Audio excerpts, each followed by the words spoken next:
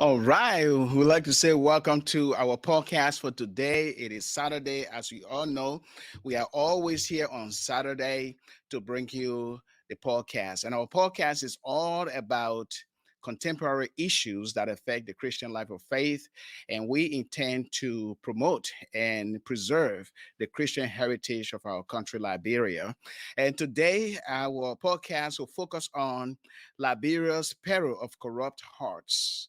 Now, there's a whole lot we have to talk about here, along with our guest today and also our co host of this program, Radiswa Esdede. So please share this link with your friends and your relatives and those who you love. Okay, share this link with them because there's a whole lot we'll cover today. As we all know, scripturally in the book of Ezekiel, chapter 28, starting with verse 17, it says, "Your heart was filled with pride because of all your beauty. Your wisdom was corrupted by your love of splendor. So I threw you to the ground and exposed you to the curious gaze of kings. You defile your sanctuaries with your many sins and your dishonest trade." Now, is Prophet Ezekiel is talking about why sin here. Someone is being corrupted in the human heart. The human heart is prideful and it is desperately wicked. And who can know it? Only God. And this brings on the situation in our homeland today. As we all know, Liberia is embarrassed by its international image of corrupt practices.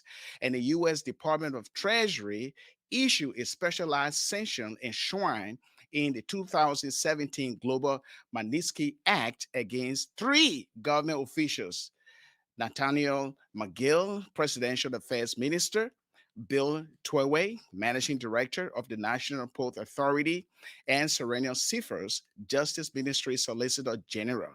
Now, the Liberian President George Weah has suspended all these three officials and designated the principal deputies of the suspended officials to take charge.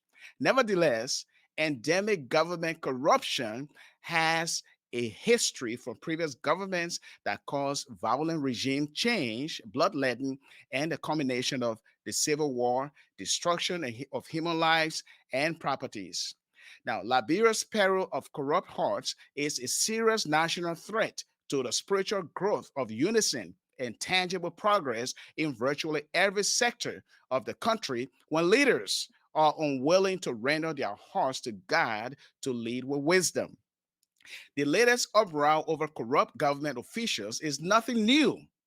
With the lack of godly wisdom, the virtue of integrity is missing. Absolute truth is missing as well. Corruption and defilement are sure to prevail where God is not honored and selfish ends inspire men and women's conduct. Hearts are consumed with injustice, and the few choke up the economy through greed, pride, and outright lies. Now, the outburst of anger over pervasive corruption has always been the mantra to call for regime change. Now, this too is vanity in a sense, given that history shows no genuine change has occurred, even under new leadership.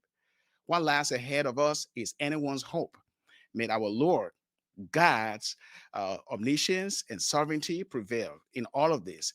However, there is an enigma about why widespread corruption persists despite efforts by the international partners, particularly the US, to curtail corruption through preventive funding programs. Now, the ambassador McCarthy says corruption undermines developmental plans for Liberia to grow into a vibrant society for all. He enumerates the U.S. administration's efforts to prevent corruption and uphold democratic values and principles of transparency and accountability. Now, there was a recent video on this, which of course I will be glad to share here for you, and so that you can have an idea of what we are talking about. Though some of you have watched it, but it is very, very important that we share this because the Biden administration on June the 3rd, 2001, launched a program called the Anti Corruption Scheme or Program that, of course, will serve as a bulwark against corrupt practices and any other thing that might corrode democracy or democratic values. And so this program has been initiated, and Liberia has benefited immensely. And I'm going to bring on here just a short clip here from the ambassador's press conference where he announced the sanction of these three government officials in Liberia. And also, he kind of enumerates what the U.S. has been doing to fight corruption in the inner workings of the Liberian government. So let me bring that here on the screen to have that play here so that we all can see what the U.S. has been doing to combat corruption as a whole. Take a listen.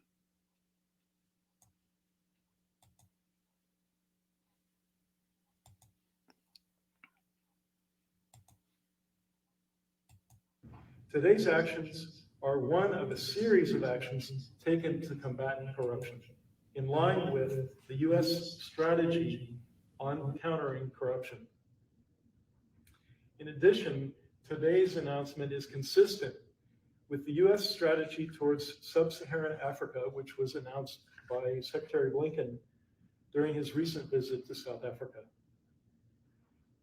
In that strategy, 2 of the 4 main objectives touch on the effort to reduce corruption.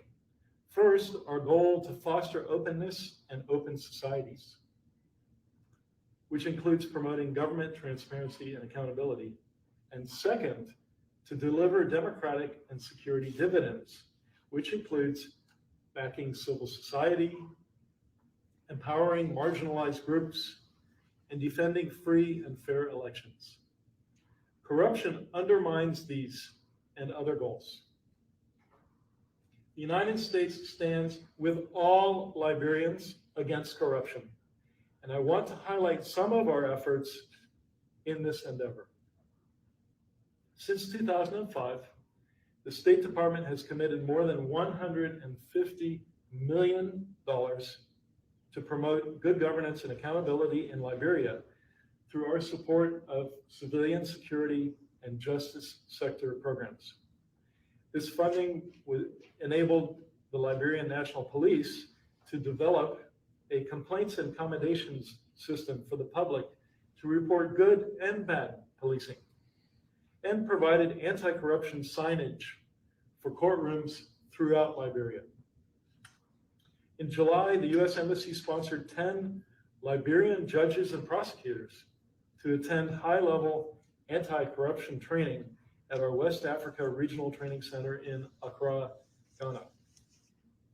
From 2015 through 2020, through the Legal Professional Development and Anti-Corruption Program, USAID provided support to the Liberia Anti-Corruption Commission that helped build the capacity to strengthen the professionalism of LACC investigators and prevention officers. Through the Revenue Generation for Governance and Growth activity, USAID supported the introduction of e-filing and a mobile payment platform at the Liberia Revenue Authority. So by minimizing contact between the tax officials and taxpayers, by minimizing contact, these initiatives reduced corruption risks and increased domestic resources. Our embassy and USAID provide training to Liberian journalists and media organizations to disseminate accurate information, promote government accountability, and conduct in-depth reporting that can shine a light on corruption. And USAID is working with Liberian civil society organizations to advocate for reforms that enhance transparency and accountability. So these activities, these examples are just a short list of the many things we're undertaking in Liberia to counter corruption.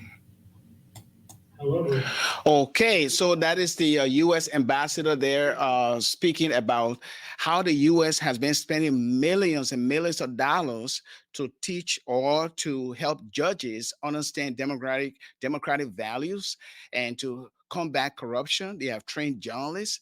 They have also spent money for transparency with the National Revenue Agency. They develop a system where funds will come in with transparency and accountability, but some officials still do some things that undermine the entire process. So we just want you to get a glimpse of what the U.S. Ambassador McCarthy has been saying regarding the U.S. effort to combat corruption. But it's according to him, it is left with Liberians to do so as well. And so this, of course, bring in the question of how we can stand up to fight corruption individually or within a group setting or with a movement. How can we promote accountability and transparency? And I'm so glad that we have some special guests here today. But before we introduce our guests, let's bring on the co-host of this program, Reverend Suarez Dede. Reverend Dede, we are on here, back here, about Liberia's peril of corrupt hearts, all about the danger, peril mean danger, okay, of how we see our country growing. There's a threat that we see here to undermine growth. Certainly, again, this is the day that the Lord has made. We will rejoice no matter what and be glad in it. Of course, I'm glad to be back today, and we are happy to have our guest here who you were announced as the host and co-host, Ambassador Bounce. But we bless God for this day. I'm glad you played the clip from the ambassador's press conference with, I would say, to journalists in Liberia recently when he announced the U.S. government's decision to sanction the three government officials you mentioned. But again, you link this to spiritual growth. When the spirit is not in tight, Alex, things like this will happen because you don't fear anything. There's no connectivity with the Holy Spirit or with the Spirit of God. So you go ahead and do anything you want to do. I was looking at 2 Peter 9, 2 Peter 2:19, and it reminds me of something. It says, they promised them freedom, but they themselves are slaves to corruption. They themselves are slaves to corruption. For whatever overcomes a person, to that he is enslaved. Mm-hmm. Whatever overcomes a person, to that thing, that person is enslaved. So as we see, corruption is so endemic now, not just amongst our people, but from the hierarchy of the government. And when that happens, the people would think corruption should just go ahead unimpeded. But that is the wrong thing to do. So I'm happy that we're going to be discussing this topic today. It cuts across not just Liberia, but in sub-Saharan Africa, corruption is eating into the very fabric of our society. It's destroying the society. So I pray that we don't have all the answers like we say, but we are glad to discuss as far as we can go. And let God help us, Alex. We are in a place where we need God's direction and help. Yes, we do. And we are so glad to bring on our special guest today, Ambassador Nathaniel Milton Barnes, former ambassador to the United States on behalf of the Republic of Liberia. And he also served in past government as the Minister of Finance. He's also an author. He just authored this book recently with his wife, Dawn Barnes, and it's called Believer's Journey. A very good devotional book. I haven't read through it yet. I started on a few pages, but it is good. It's on Amazon. You can also get it and send your review to see how it is for your spiritual growth as well.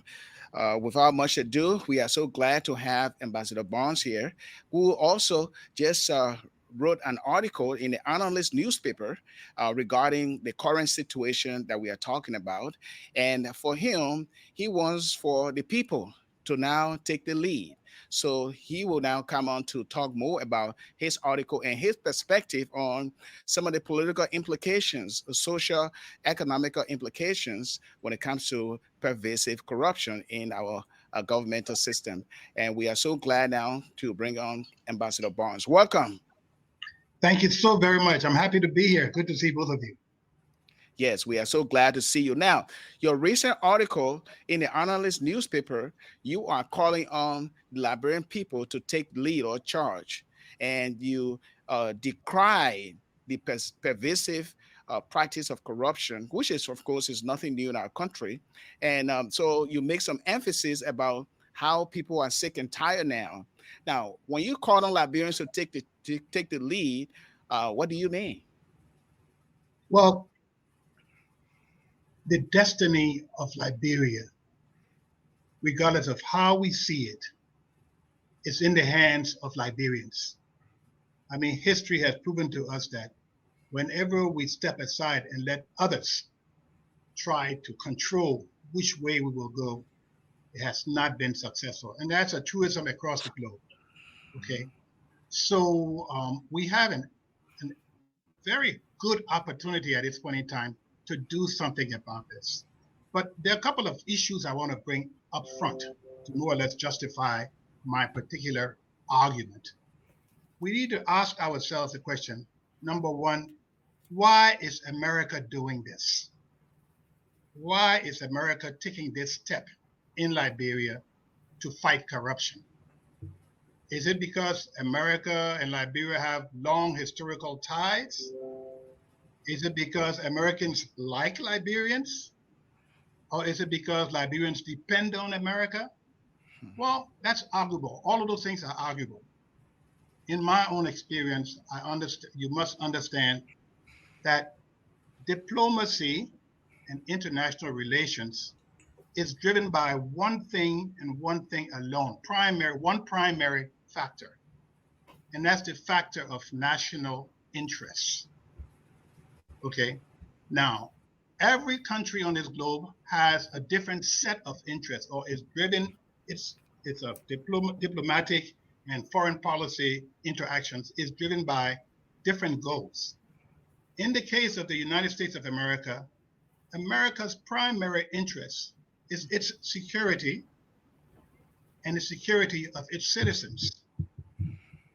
And the underlying rationale behind that is if we are able to create stability across the globe, our security is guaranteed because there's a better chance of us being secure when we create stability across the globe.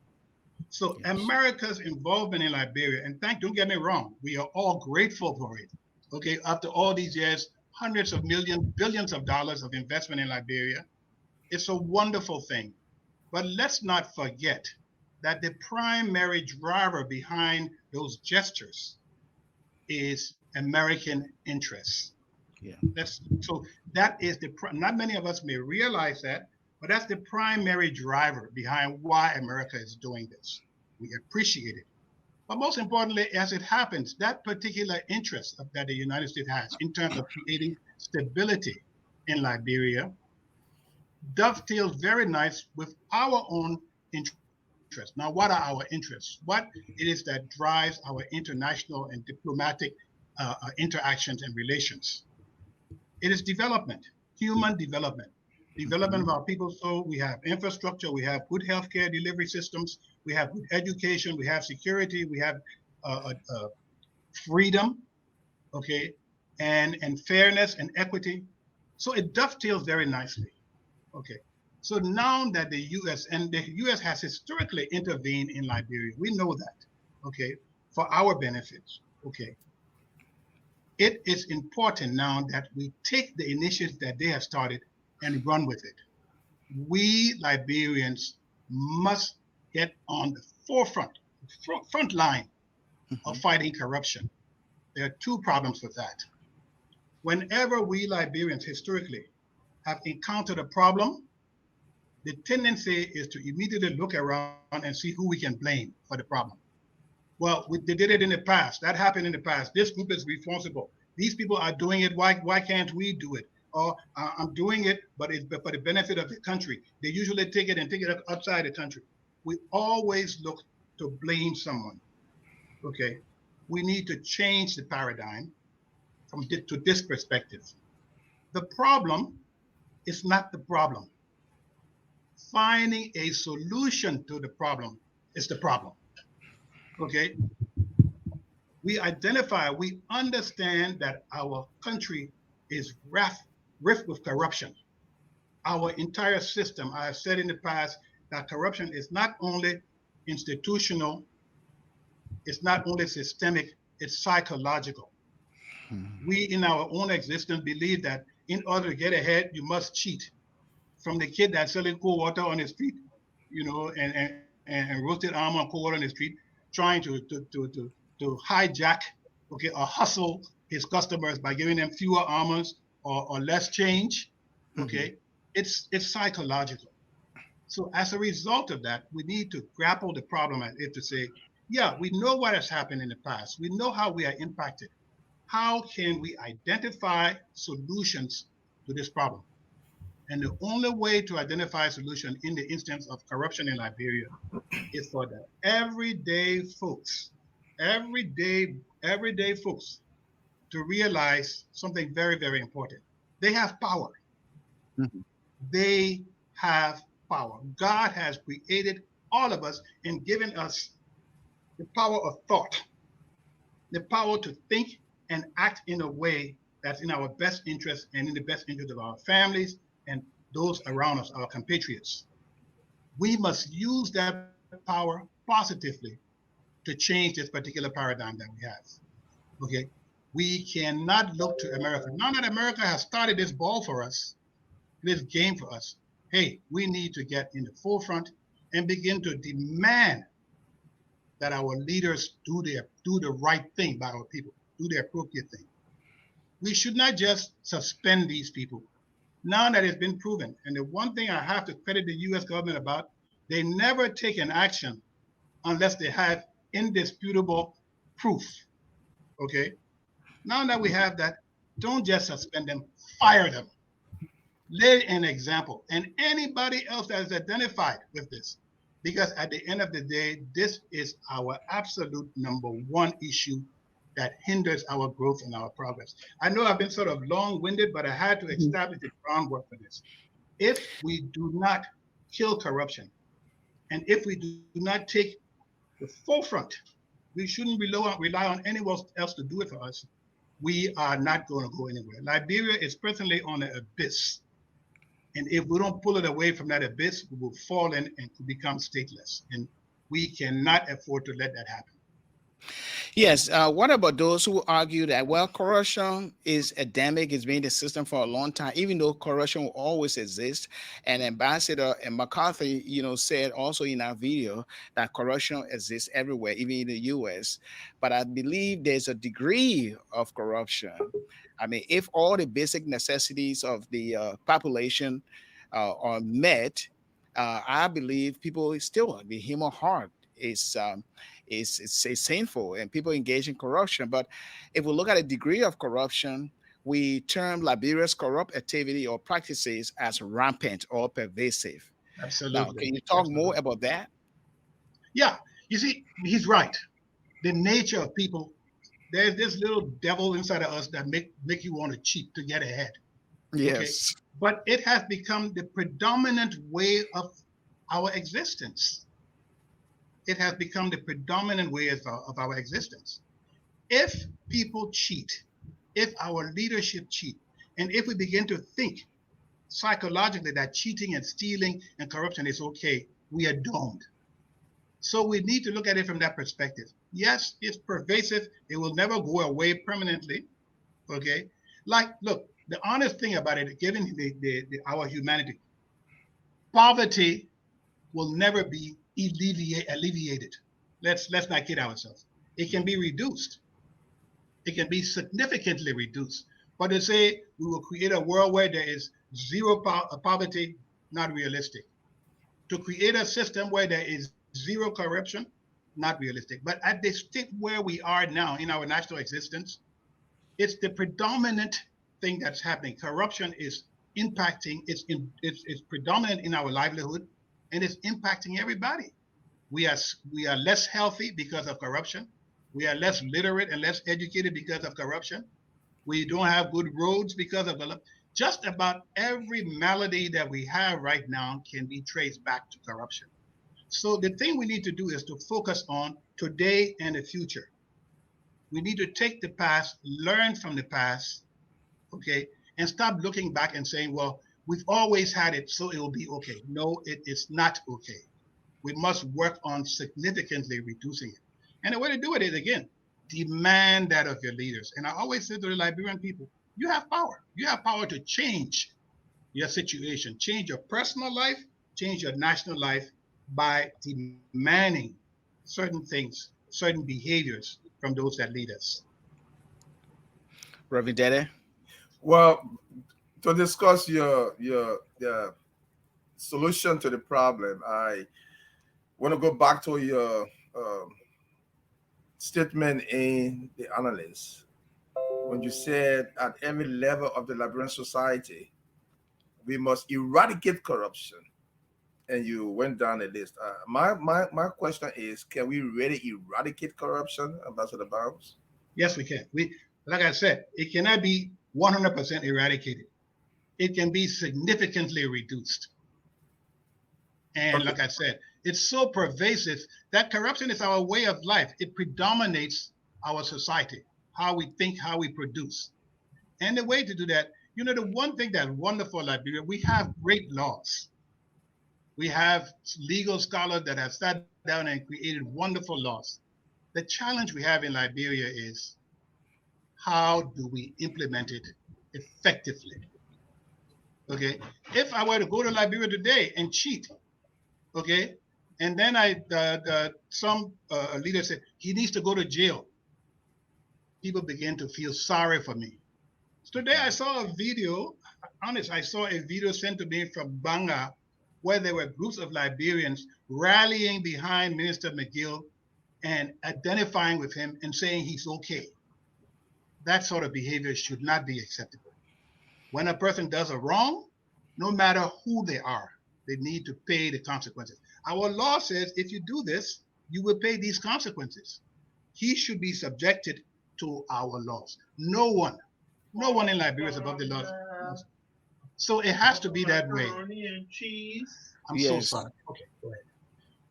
Yes, I yes. have yes. a special needs child, so I'm sorry. Okay. And if you are just joining us, this is the Gracious Hope live stream podcast. My name is Alexander Red, along with Reverend Swat Dedet, the co-host of this program, Ambassador Barnes, talking about the recent development of the sanction issued by the U.S. Department of Treasury on 3 government officials. And we are talking about solutions of how we can not totally eradicate, but reduce corruption in our country. But it goes back to the human heart. If the heart is not right with God or in sync with the Lord, then integrity becomes an issue. We know this is not about perfection. This is about integrity. And God expects us to live a life of integrity in our leadership, as well as in all that we do to bring glory to Christ. Now, the second half of the program will be also featuring Reverend Oliver Lloyd of the All Saints of the World Mission Church in Silver Springs, Maryland. He will be coming on as well to give his perspective as well. So if you're just joining us, please share this link with anyone, your friends, and so that they can be a part of this program. Now, Ambassador Barnes, just before we part here, because we said we're going to take 20 minutes or 30 minutes of your time, you are planning to go back to Liberia. You also aspire to run for the nation's highest office. Now, looking at all of what is going on, looking at the opposition parties, in disarray, total disarray, not agreeing on many things. What do you see so far as the gateway to bring hope to the Liberian people with all that is going on right now in our country? The biggest challenge we have in Liberia is trying to change mindsets, trying to make people realize that when something is wrong, it's wrong, or you have the ability to change it. And unfortunately, the way the paradigm is constructed right now is selecting our leaders, the standards or the prerequisites that we establish to say, yes, I'm going to vote for that person, or I'm going to vote for that person, I'm not going to vote for that person. Unfortunately, with the majority of our voters, is not based upon the standard of experience, expertise, intellect, integrity, honesty, God-fearing, courage, all those wonderful qualities that leadership must have. It's based on how popular this person is, regardless of all those other things, and how much money they can collect or they can get from that particular individual. So therein lies the challenge. And it's a risk a politician like myself take when I want to take the high road and say, I'm going to try to convince people that they need to think about their future. They need to think about the issue of experience and expertise and integrity and courage and humility, okay, and God-fearing. They need to think about those things when they are making those decisions, as opposed to how much rice can I get for today, or how much money can this person give me, or how popular this person is. Therein lies the challenge. So our particular strategy is begin to engage people at the most rudimentary level of our society and say, listen, you have power. You can control your future and your destiny of this country if you make good decisions now. Our past have shown us that we made poor decisions many, many times, okay? But we have this wonderful quality called resilience. We are able to bounce back, okay, and look forward to moving ahead. So my basic approach is to just begin to engage the people, okay? And the way I look at it, I don't see myself as a politician. I see myself as a leader. We need leaders in Liberia, and not politicians. So that's my fundamental approach. And the truth of the matter is, I am prepared to engage anyone who has the same mindset as myself, the same values, the same principles, the same vision. Okay, one does not have to be a president to lead. Mm-hmm. One doesn't.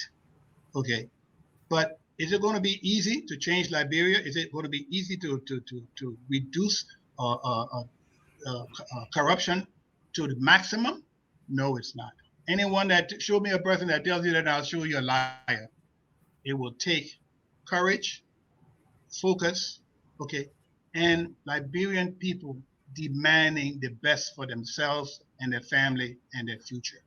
So right now, the whole thing about where Liberia is going is not depending on a Nathaniel Barnes or an Alex Red or Suadede or George Weah or Alec Cummings or Joseph Boakai for that matter. It depends on the desire of the people. And hopefully we are getting to a point, especially among the young people, where their eyes are beginning to open and say, now I know I have power. I'm not going to let anybody take my power away from me. I'm not going to abuse this power. I'm going to use it for my own betterment and the betterment of my family and our future generations. So it's going to be a challenge, but I'm looking forward to the challenge. You know, I feel that this is something that I have to do. I've got no choice in the matter. I've just got to do it, and I intend to do it. So, Ambassador, before you leave, we're already done with that, but just as Ellie's getting ready to go to our next guest, Bishop Warner said the problem with Liberians is Liberian. Do you agree with that? I beg your pardon, what? The problem with Liberians is Liberia themselves. They encourage the leaders to be corrupt. You know, I had a very, very good friend and mentor who said something like that to me once. And he said, people get the leaders they deserve. He said, Nat, people get the leaders they deserve. It's like saying that Liberians they're their own worst enemies. Okay. While that's debatable, I personally believe in my heart of hearts, there is something, a quality about Liberia, about Liberian that is good, that desires to be successful. We just need to tap the right button that will make that spirit spring out of the Liberians. Yeah, it's going to be difficult. Okay. Are we our own worst enemies? Debatable. We could be. But we darn well better very soon begin our own best friends. Thank you, Mr. Ambassador. Thank you. Thank you all so much for giving me this opportunity. We pray for Liberia. We hope for the best for Liberia. That is Ambassador Nathaniel Milton Barnes, former U.S. Liberia ambassador, and also former finance minister. He's an author, and this is his new book along with his wife, Dawn, and you can find this on Amazon. This is my copy of God. It's called Believer's Journey, and it is a devotional here to help us grow spiritually. And he is running for the nation's highest office, and I understand he's going to be traveling to Liberia pretty soon. Hopefully, we wish him the best of the best and God's grace upon him and his family. And so, Ambassador Barnes, thank you so much for coming on our podcast or for responding to our invitation. And he Thank you has, very much. you're welcome. He has an article in the Analyst newspaper. You can get online and read our article. And he enumerates a whole lot about all that is going on in our country and some of his perspective regarding how we can find solutions to our current country, that is our country's image as well as its international linkage. All Together right. we can fix it. And together Together, as a people, together we can fix it. who can fix it. Thank you. God Thank you bless. for coming. All right. And of course, this second half of our program, we'll have our special guest here, Reverend Oliver Lord. And of course, he is with the All Saints World Mission Church, growing together in the Silver Spring, Maryland area. And he will be giving his perspective here regarding the current situation or uproar over corrupt practices of some government officials and the health of our country from a biblical lens, and what are the political, social, and cultural implications as well. And so we'll be right back. Make your voice heard. Okay. You can opine, send your comments in. Okay. And we'll be glad to hear from you as well. You can also find us in the App Store. Okay, go to the App Store and get our app on your phone, and you will have easy and quick access to all of our biblical materials, teaching, podcast, devotional, both reading and audio, video, and the rest. You will find all of that there. This is the podcast here every Saturday. And of course, this is the media outlet of Gracious Hope Bible Fellowship every Saturday. And we'll talk about issues that are concerning for all Christians to be aware of, and also to learn how to depend on the Lord more and speak out when it comes to the truth. And so we'll be right back. Please don't go away.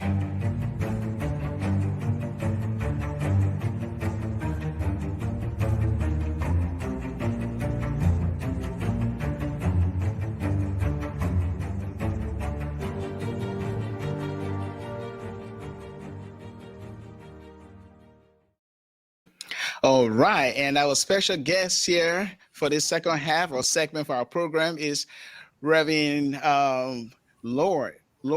And we'd like to say welcome, Reverend Lord, to our podcast. Thank you so much for the invitation, and I'm happy to be back. All right, all right. Now I know it is nothing new to you about the current U.S. Treasury Department sanction on the three officials of government who are engaged in corrupt practices, and you have been around. You have initiated some efforts. That is some programs in our country looking at the common people, helping them, and from time to time, our country is not growing in the way that we can measure when it comes to other African countries in developing roads, water, and electricity, and all the common, let's say, the basic necessities that we need. We import from other countries, for example, rice and other commodities. And here is our country, and we are looking for leadership.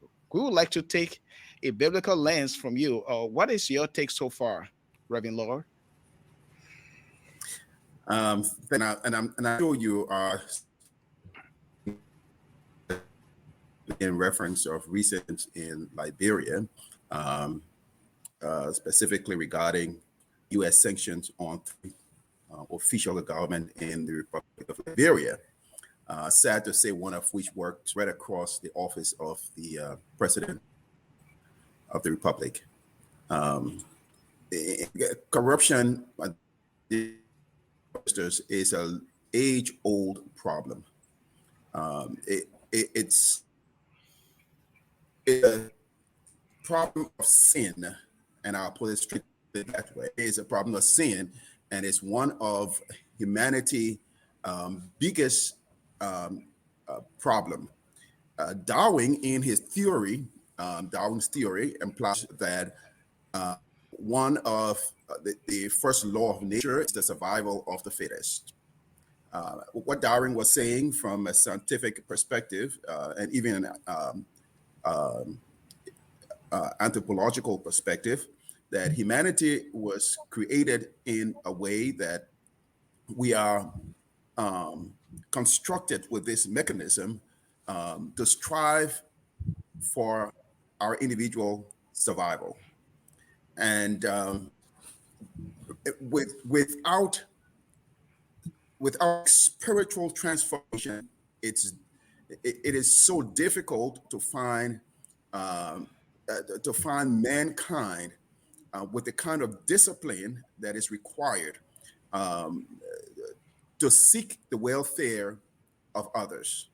However, if we look at how God truly made us, God' intention and the way He constructed us in His image, and speaking from a biblical perspective in Genesis, He created us in His image and in His likeness.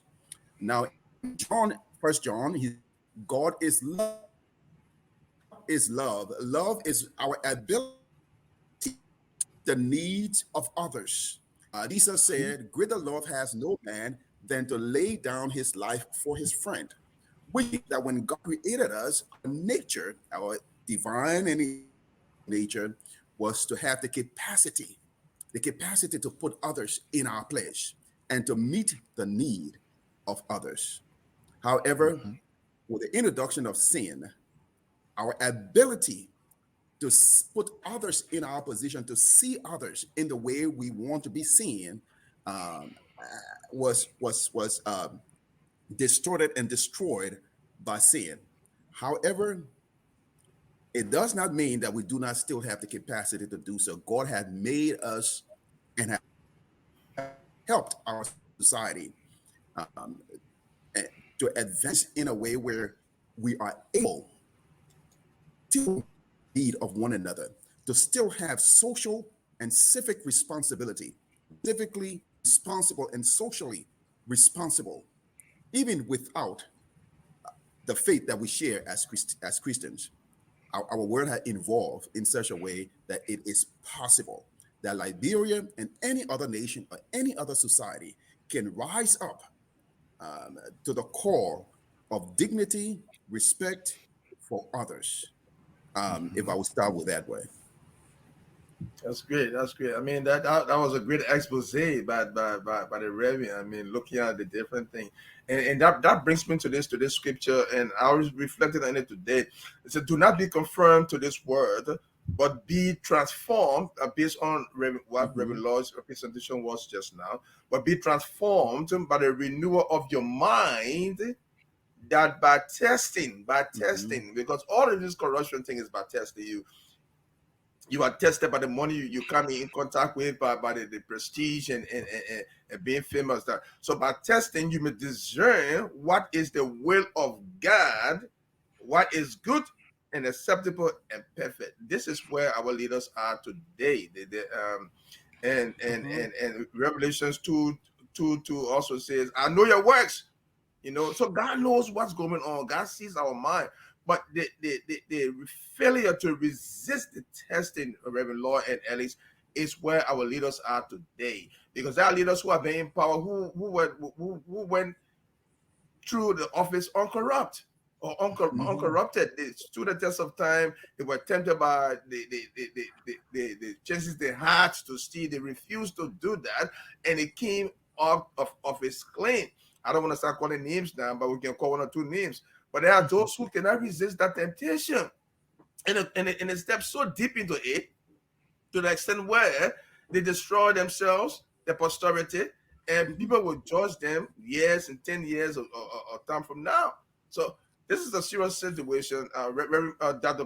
Not Dr. Bounds, Ambassador Bounds talk about corruption being eradicated, but it can happen, but it can be reduced. So, Reverend Lloyd, I want to pose this question to you too. Maybe you can comment on that. In the face of the problem of corruption we have, do we say that? I asked a question to Ambassador Bounds too, and I want to for you to have your take on this. Should we say that our people are encouraging our leaders to be corrupt? Can we say that?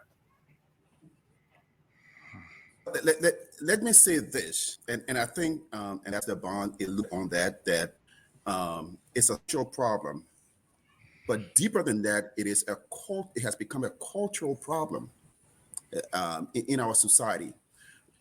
We have accepted favoritism form, and let me speak of Liberia and countries where our authority can do whatever they desire. And it's so ingrained in our culture till people will come from Africa, go to other parts of the world, and they will accept anything, any kind of leadership, and people in authority will do things that are on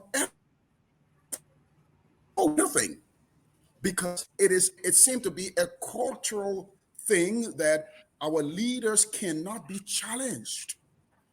And this goes back so many years. Let's shift very quickly to the transformation of the mind that's out. I can, last time I was on your show, and I talk about, and most of our presidents in latter time, President Weir is of as higher is accountability, especially from the church, because this guy claimed to be a minister of the gospel. This man built a church in Liberia. He went to Israel he prayed before he became president of Liberia.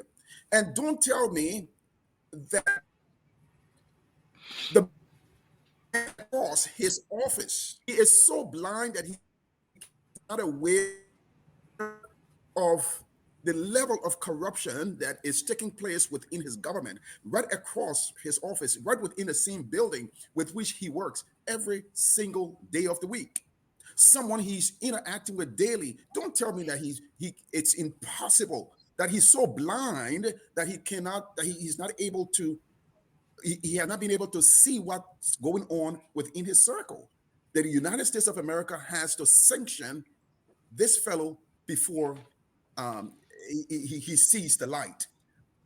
It's discouraging, and it comes back to what you say, Reverend Dedan, that it requires a transformation of the mind, a transformation of the mind. Be ye transformed by the renewal of your mind. And when the Bible call us to renewal, he's basically saying that there is an old way that has to be put away, and there is a new way that needs to be adopted. The new way that needs to be adopted in Liberia is that commitment to your country, to your people.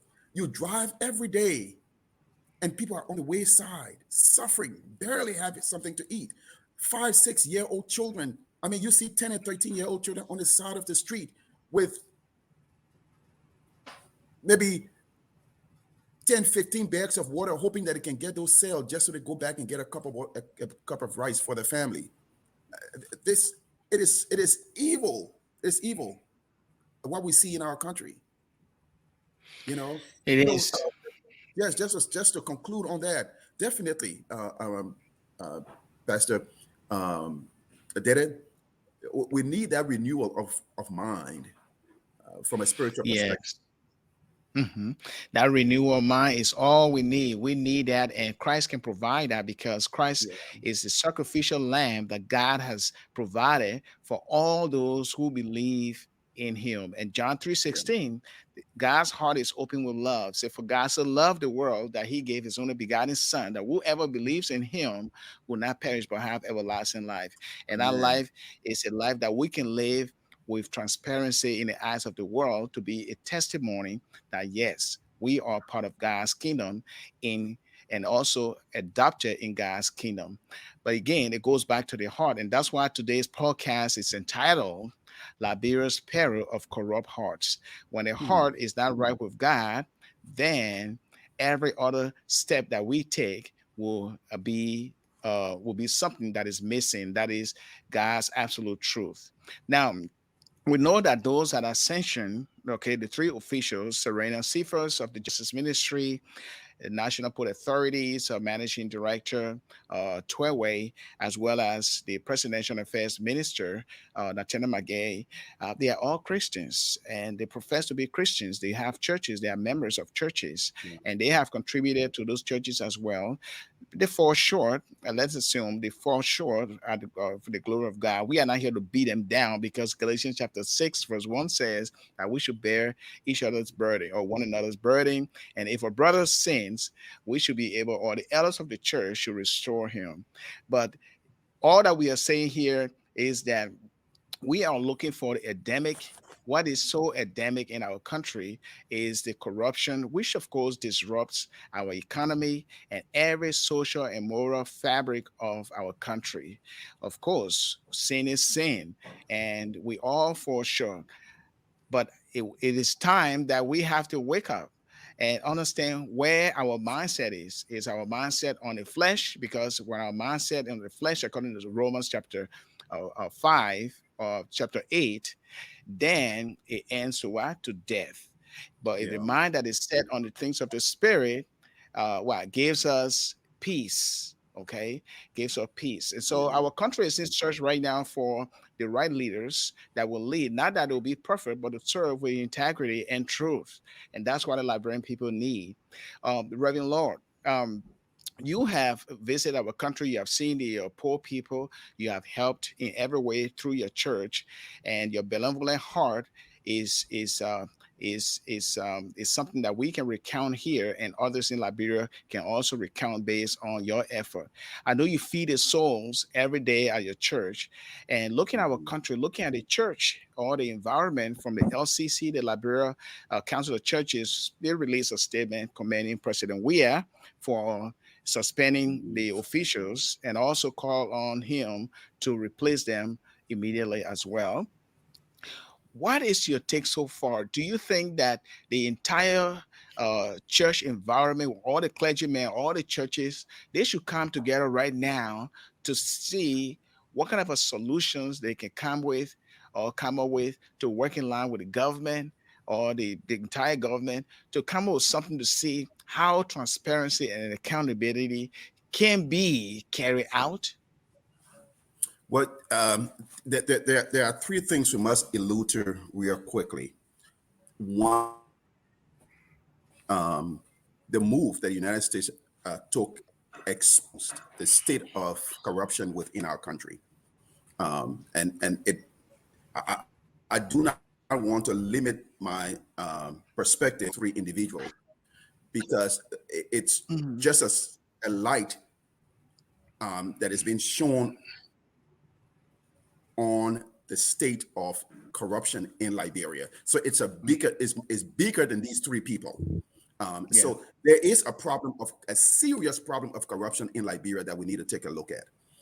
The second thing here is if this is not just limited to these three individuals, then is the president action of sufficient magnitude?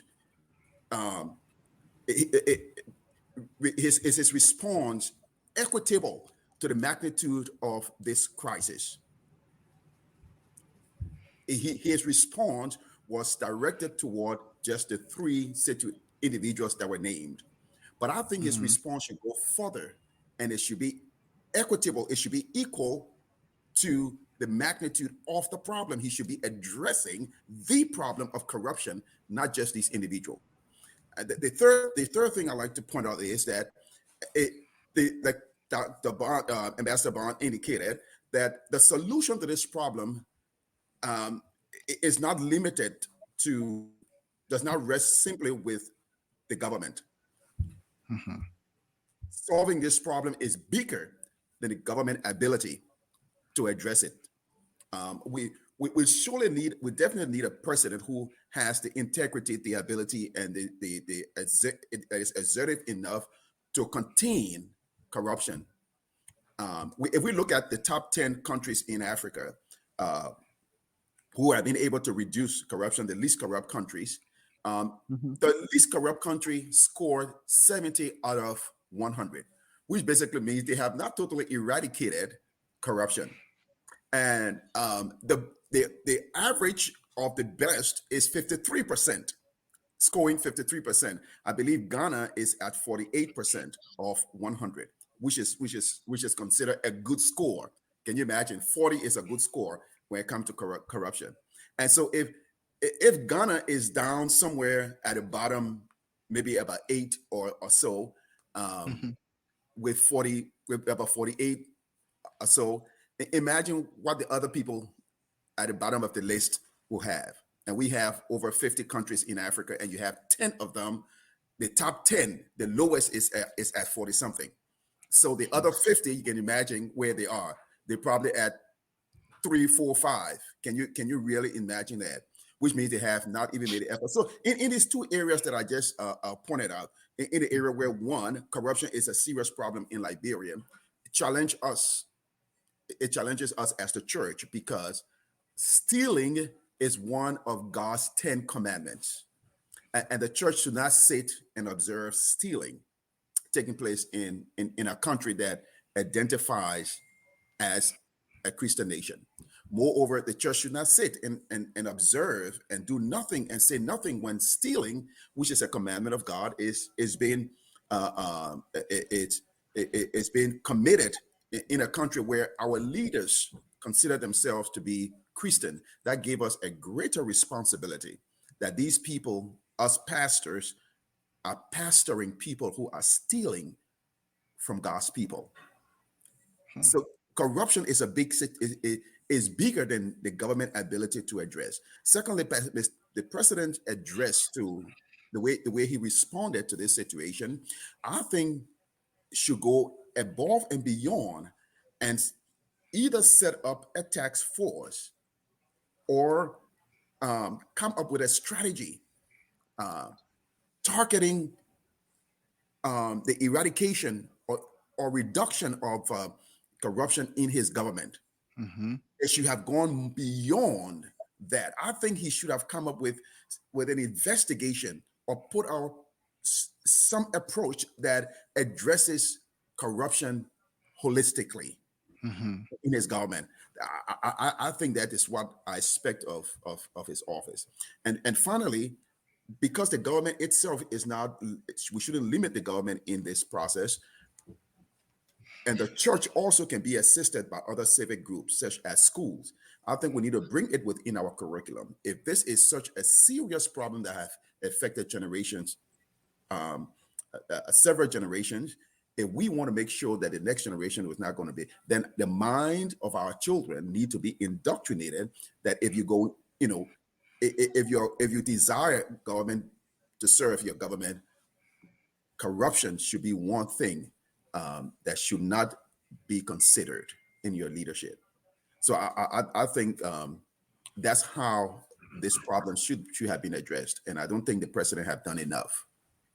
Okay, we're almost out of time here, but just lastly, before Reverend Dede comes in, um, if we have a justice system that is not functional to expectation when it comes to avenging or dispensing justice, and many people are suspicious of the justice system Mhm. that because it is not effective according to opinion of a lot of Liberians, and so they don't trust the justice system. They don't trust government officials, and so there's no deterrence for even those who engage in corrupt activity. Don't you think some sort of a revamping or rehabilitation should take place when it comes to our justice system as a whole? And the American ambassador also said that a lot of money have been pumped in the justice system to train judges how not to be corrupt, but still the problem persists. Um, let me first begin with saying that the corruption in our country also stems from the the economic condition of the country, which also is an indication of poor performance by our government. One of the responsibilities of the government is to ensure the development of people, but moreover, that the government has the capacity to generate the kind of economy that stir of progress and sustainability. It's not happening within our country.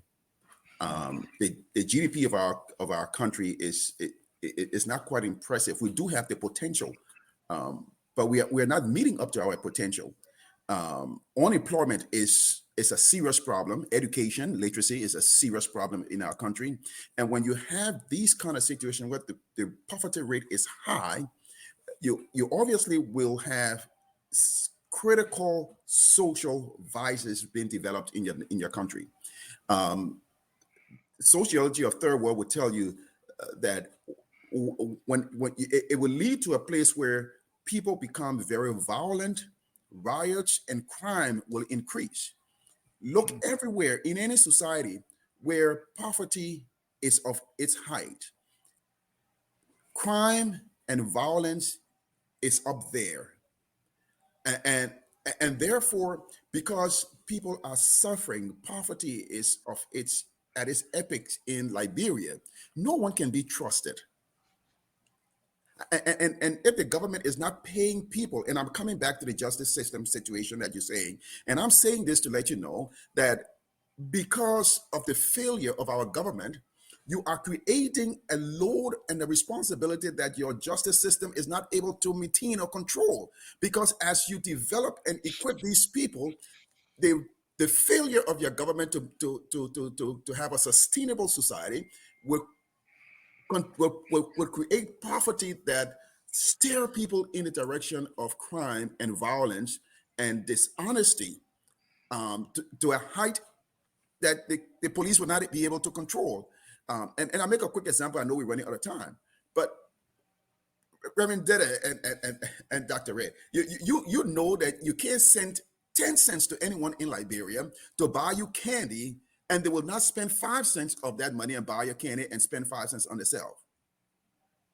Why? Because there's an old edict in Liberia that say where you tie a goat, there will the goat eat. Now, if a man is hungry and you are not paying him enough, you are setting him up for failure. And so most of the corruption that is taking place in our system today with police officers on the street who are not being paid for 2-3 months. What kind of training and equipping with dignity and that you want to instill in that man when the man has to go home to 10 children who are hungry and school fees have not been paid and he's standing in the hot sun all day? By the matter of fact, the man chooses when he go to work and he chooses when he leaves. He comes early to make enough money and he leaves when he has collected enough money on the street. This is not a justice system that you can rely on, and the judges are not paid. So how do you expect them to instill justice within the country? You're setting these people up for failure. So I think the first thing that needs to be done, as I read, and I think time has gone on, is us Liberian people, to come to the place where we can take the responsibility to choose leaders, to select leaders who are qualified. And Ambassador Bond alluded to the fact that we are electing popular leaders, and we are not concerned about their capacity and ability and their skills. But I think it should come to the place we should come to a place where action groups and opinion leaders should help set criteria for leaders in our coming elections, so we know what our country needs at this time. We definitely need people who can reach out to the international community, can sit with kings and queens, and influence the minds and heart for the development of our country. So I hope I help answer that question in terms of the security matter in our country. We are running out of time right now. So the question that I have will take a while to be answered. So Okay. I would just skip that for now. Yeah, I would just skip that for now and say we for us in the religious community, our role is very, very important when it comes to uh, telling our people what they need to hear, not what they want to hear. And this goes to our leaders who Ellis referenced that, and you did the same. And to some extent, Ambassador Bounce talked about that.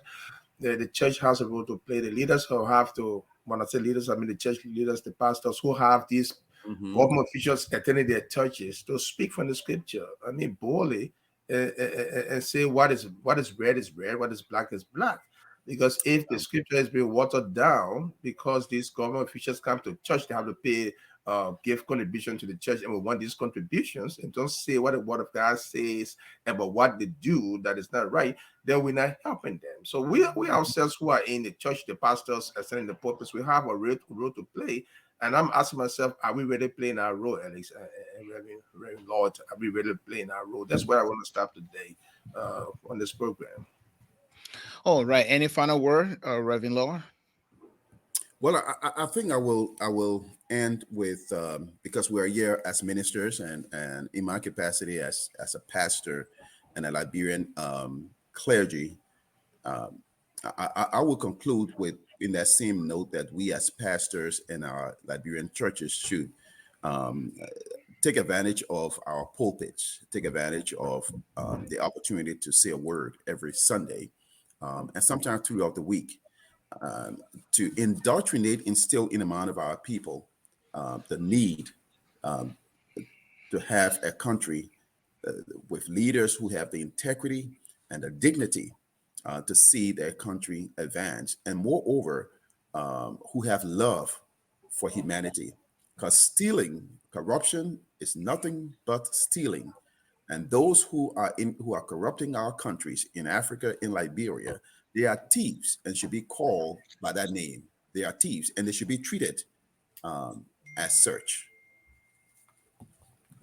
All right. Thank you so much. And I saw this picture on your webpage, your dad and you. There was a appreciation award right here. When was this Yes. event? Oh, that I was receiving an award actually from my church, and he was invited to present that award to me. Oh, great, great, great picture, great picture. I didn't know how you were tall like that. Okay, and this is Reverend Lorenzo Oliver Lorenzo, Lord Senior, and he is a pastor at All Saints War Mission Church in Silver Springs, Maryland. And we are so glad to have you here, Reverend Lord, Thank you. to be our special guest. And thank you for your perspective that you gave us today. And I believe we all benefited from what you had to say. And again, we might be calling on you to talk more about things that will Anytime. inspire our fellow Liberians, so that we all can participate in this growing process, so that our country can once again be that country or city on that hill that Jesus talks about. Thank you. Thank Thank you. you. And you are invited. Let me know when you are in Silver Spring. You need to come and stop by. Reverend Deda just spoke to my church just about a month ago. And thank you so much. He had brought us powerful word for us. Yes, yes, I watched that video. I did. I did. Thank you and have Uh, a great day. God bless you. All right, to all our viewers, this is how we end our podcast here for today, Saturday, August the 20th, 2022. Liberia's peril of corrupt hearts. And we'll be back here next week when Reverend Alexander Collins of the Redeemed Life Church in Minnesota will be here as our special guest, along with Mr. Jacob uh, Quate, an inspiring young man who is also bidding in the future for Liberia's highest office. He will be here to give his perspective on the growth of our country. Hopefully, we'll have them here next week, Saturday. And please share this video with your friends, okay, so that they can be a part of this program as well.